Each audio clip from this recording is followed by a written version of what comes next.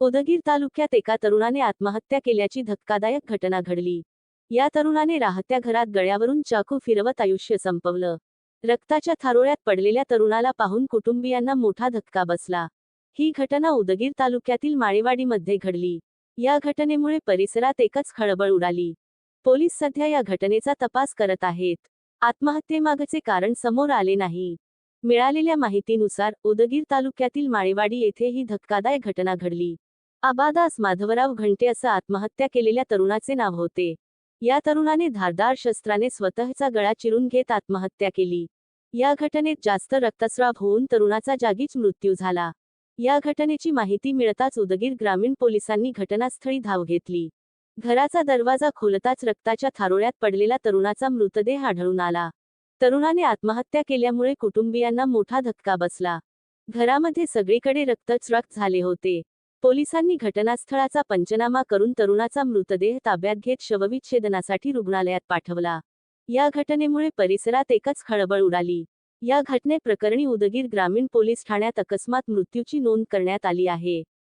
दरम्यान आबादास घंटे या तरुणाच्या आत्महत्येचं नेमकं कारण अद्याप समोर आलं नाही।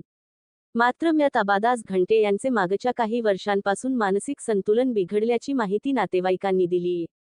याच मानसिक तणावातून त्यांनी हे टोकाचे पाऊल उचलल्याचे देखील नातेवाईकांकडून सांगण्यात येत आहे।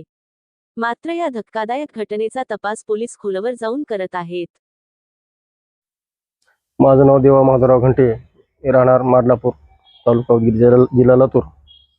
माझे मोठे बंधू अंबादास माधवराव घंटे हे माळेवाडीत राहत होते।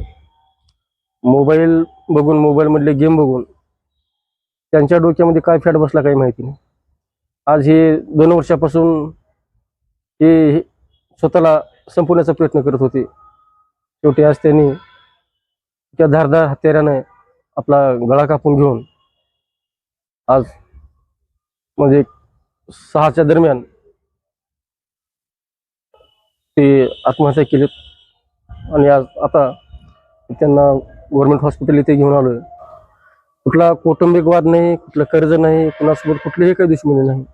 परंतु हे जे आज आत्महत्या करण्याचं कारण आहे फक्त हे मोबाईल मधले काही ॲप, त्या ठिकाणी त्याला मोबाईल वारंवार मेसेजच्या माध्यमातून, व्हिडिओच्या माध्यमातून ते त्याला धमक्या येत होत्या। त्यानं फोन हातामध्ये घेतलं की 1 ते अर्ध्या तासामध्ये त्यानं सायको व्हायचं आणि स्वतःला संपवण्याचा प्रयत्न करायचा। आतापर्यंत त्याला गोळ्या सुद्धा चालू होत्या, परंतु 4 महिन्याच्या गोळ्या बंद केल्या होत्या। पण याचे परिणाम फक्त आणि मोबाईल बघूनच आहे।